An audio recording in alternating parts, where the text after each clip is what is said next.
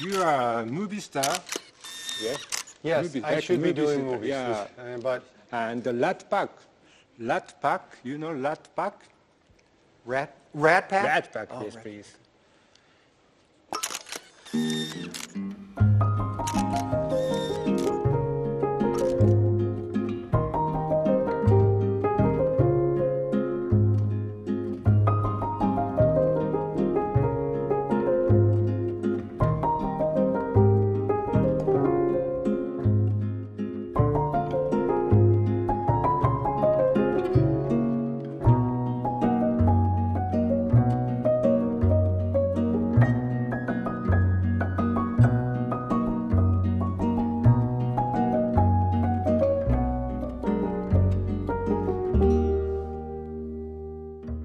There's a certain kind of loneliness that only appears in beautiful places.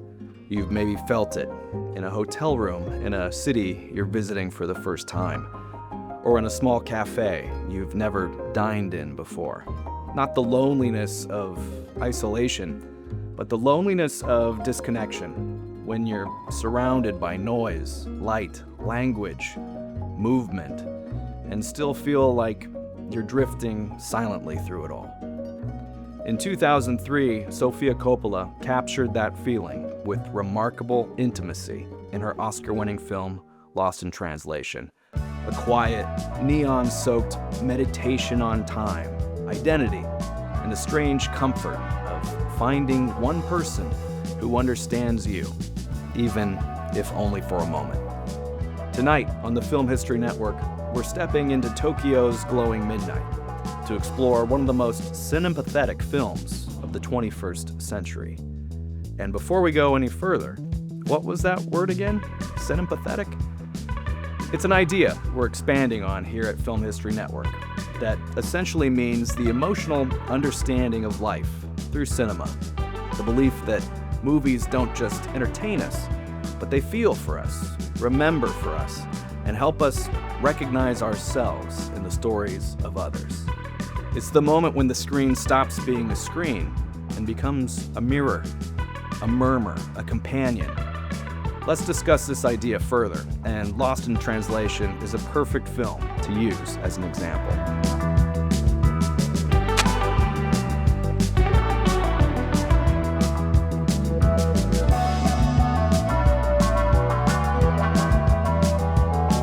On paper, Lost in Translation is almost nothing.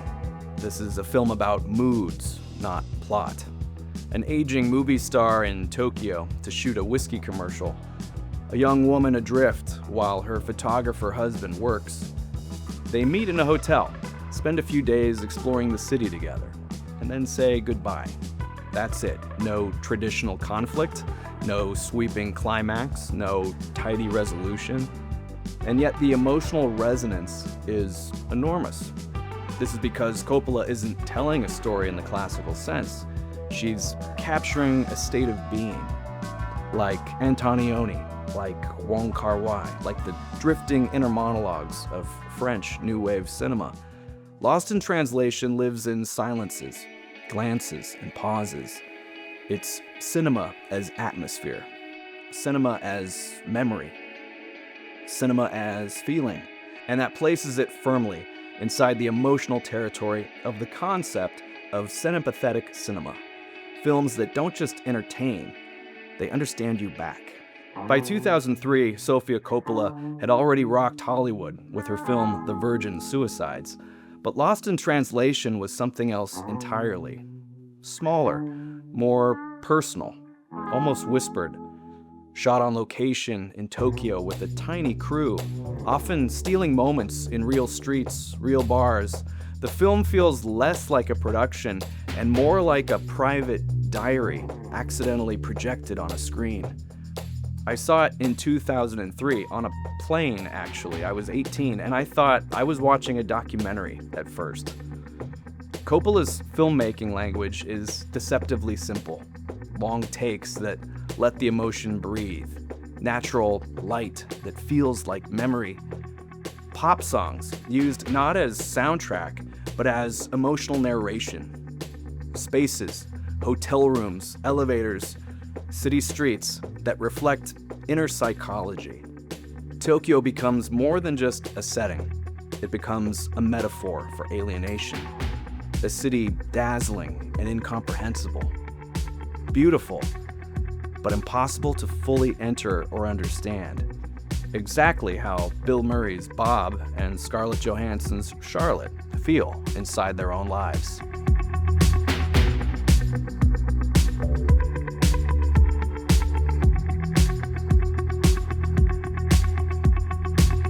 One of the film's quiet miracles is its casting. Murray, of course, is known for comedy, and here he delivers perhaps the most delicate performance of his career. An Oscar-nominated performance of a man past his peak, haunted not by tragedy, but by the slow ache of time slipping away. Scarlett Johansson was just 19 during filming, and she gives a performance of astonishing restraint, a portrait of early adult uncertainty, so honest that no wonder it felt like a documentary to me. Together they create something rare in cinema. A love story, but not at all in the traditional sense. A love story without possession, intimacy without inevitability, connection without future.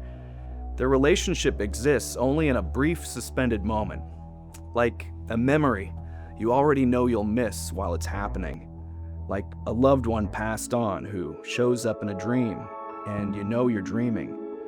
You find yourself saying, "Don't wake up, don't wake up." Few films capture that emotional paradox so truthfully.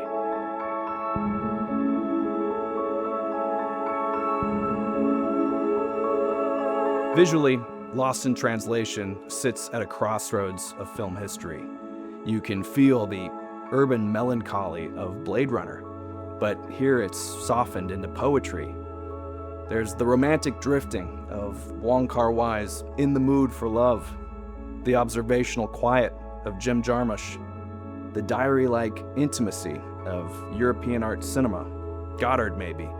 But Coppola transforms these influences into something unmistakably her own, a sort of luxury loneliness, jet-lagged romance, emotional limbo in five-star hotels.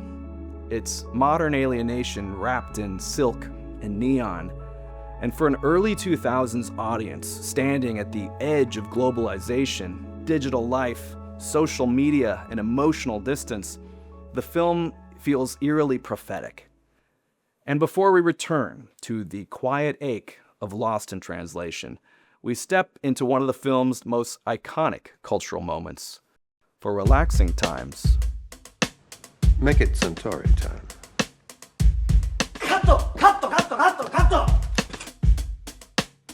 Bill Murray's Bob Harris, stranded between jet lag and existential drift, finds himself selling Japanese whiskey in a glossy commercial. 日常的なお酒じゃないんだよ。Could you do it slower? 最高な気持ちで。More intensity. A scene that's funny, melancholy, and strangely poetic all at once. So tonight here at Ford's, our cocktail break has to begin there. We call this our Suntory Highball, a minimalist drink for a minimalist film. Japanese whiskey based, and you'll find the recipe in the comments below. No theatrics, just clarity, balance, and space. The same emotional language Coppola uses in the film. We've also linked below to find your own copy of the film to own in HD. The same version of this beautiful film that we have here at Ford's. The ending of Lost in Translation is one of cinema's most famous mysteries. Bob whispers something to Charlotte. We never hear it. And that's the point. Because the film isn't about what is said, it's about what is felt. By withholding the words, Coppola preserves the moment as something sacred, a private truth between two souls, and an emotional space the audience completes themselves. It's one of the purest expressions of cinempathetic storytelling. The movie doesn't explain, it trusts you to feel. More than 20 years later, Lost in Translation hasn't faded. If anything, it feels more relevant now. In a world of constant connection, people feel more alone than ever. In a culture of noise, quiet becomes revolutionary. And in an era of spectacle, a small, tender film about two strangers sharing time feels almost miraculous. This is cinema not as escape, but as recognition. The sense that somewhere, someone has felt exactly what you're feeling.